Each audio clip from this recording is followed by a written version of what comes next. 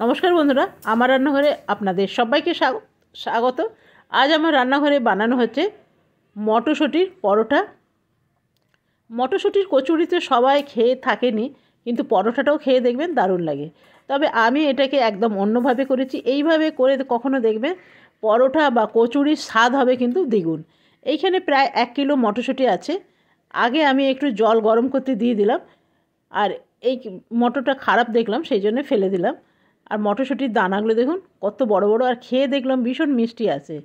আর যদি মিষ্টি না থাকে সেই ক্ষেত্রে কী করতে হবে আমি বলে দিচ্ছি। এখানে প্রথমে দিলাম নুন আর দিয়ে দিলাম চিনি।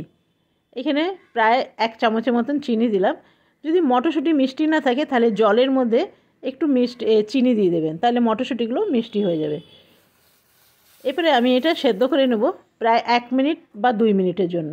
বেশিক্ষণ সেদ্ধ করব না, তাহলে টেস্ট কিন্তু নষ্ট হয়ে যাবে। আর গ্যাসটা করে দেবো বন্ধ, ব্যাস। এরপরে এটাকে আমি একটা স্ট্রেনারে করে ছেঁকে নেব। দেখছেন ঠিক সেদ্ধটা এই রকমই হবে। এরপরে ছেঁকে নিলাম। এরপরে দিয়ে দেবো একটু ঠান্ডা জল, তাহলে সবুজ ভাবটা একদম ঠিকঠাক থাকবে। অনেক সময় দেখবেন ঠান্ডা জল যদি না দেওয়া হয়, গরম জলে যদি থাকে তাহলে কালো কালো হয়ে যায়।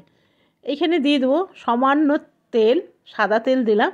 আর এইখানে দেবো একটু আদা। এই আদাটা তেলের মধ্যে অল্প সামান্য ভাজা হবে যখন না, আর পরোটাটার সাথে যখন খাওয়া হবে এই আদাটা অসাধারণ লাগে। ভাজা আদা যদি মুখে পড়ে খুব ভালো লাগবে, আর হজমও হয়ে যাবে। এরপরে দিয়ে দিলাম এখানে মটরশুঁটি। তবে সব আমি মটরগুলো দিলাম না, কিছুটা রেখে দিলাম। এরপরে একটা নেব ম্যাশারে করে এইখানেই আমি ম্যাশ করে নেব, কেন মিক্সির মধ্যে আমি দেবো না। মিক্সির মধ্যে যদি পেস্ট করে দেওয়া হয় না, তাহলে তার টেস্ট কিন্তু আলাদা হয়ে যায়। এভাবেও করে নিতে পারবেন, আবার শিলপাটাতেও পিষে নিতে পারবেন, সেটাও ভালো হয়।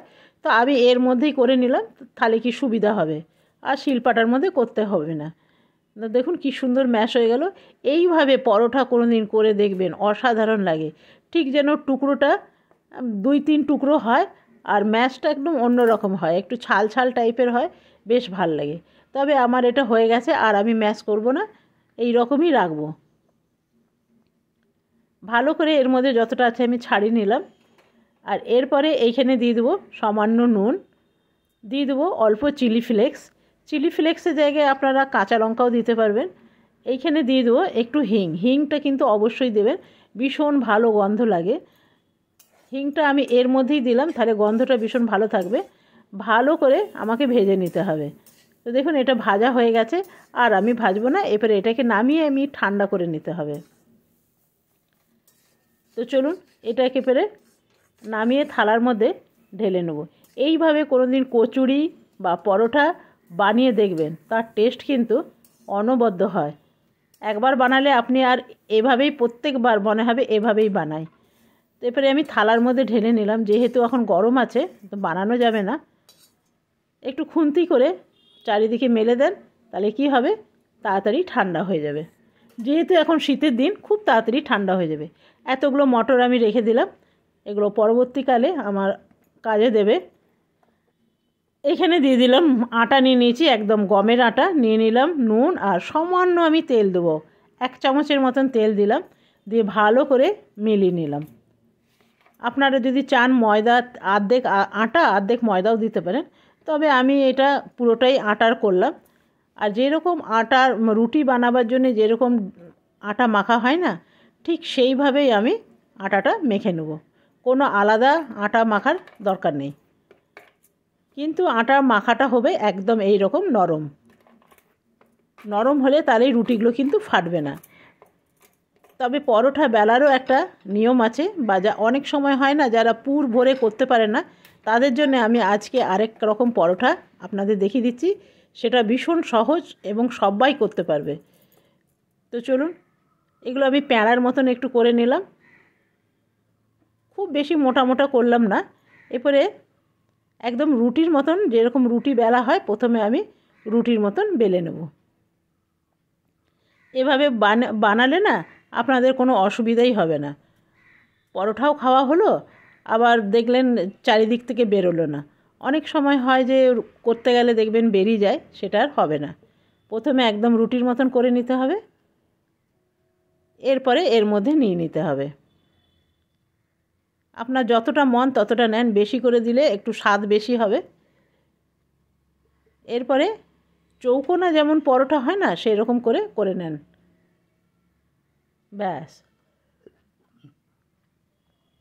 এভাবে করলে না সবাই করতে পারবে।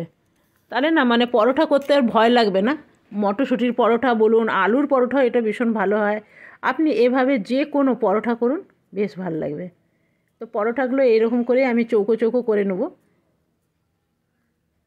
এটা আমার বেলা হয়ে গেছে। ওইদিকে তো আমি তাওয়া বসিয়ে দিয়েছি। এবার এটা তাওয়ার মধ্যে দিয়ে দেব। দেখছেন কতটা পাতলা করলাম, আর কি সুন্দর সবুজ সবুজ আছে। তাওয়াটা আমার গরম হয়ে গেছে। এবার একটু পাল্টে দিলাম। আরেকটা আমি একই প্রসেসে আমি করে নেব। কি সুন্দর সবুজ লাগছে দেখুন। এটা ততক্ষণ হোক, আরেকটা আমি একভাবে করে নেব। দেখছেন এগুলো করতে কোনো ঝামেলা নেই, ফেটেও যাবে না। অনেক সময় আলুর পরোটা করতে গেলে ফেটে যায় না, তো এটা ফাটবেও না, কিন্তু এই রকমই থেকে যাবে। আরেকটা আমি ঠিক চৌকো টাইপেরই বেলে নেব। এটা আমার বেলা হয়ে গেছে।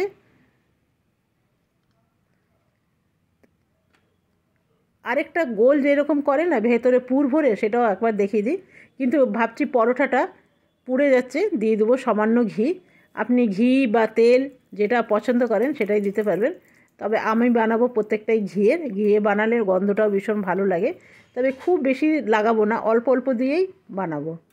তো দেখুন এটা আমার হয়ে গেছে। আরেকটা আমি দিয়ে দেবো। তাওয়াটা একদম গরম হয়ে গেছে, একটু কমিয়ে দিলাম। এরপরে আমি গোল যেমন করে ভরে না ভেতরে পুর ভরে, সেটাও একবার দেখিয়ে দিই। এটা করলে ভয় থাকে কি, চারিদিক থেকে ফেটে যাবার ভয় থাকে, কিন্তু ওইটার মধ্যে একদম ওই জিনিসটা হবে না। কেন এটার মধ্যে অনেক সময় বেশি পুর ভরা হয়ে যায় না, বোঝা যায় না, আর পেছন দিক থেকে বা চারিদিক থেকে এটা ফাটতে শুরু করে। এটা বেলতে হবে খুব ধীরে ধীরে। দেখছেন এটা একদম ফাটেনি।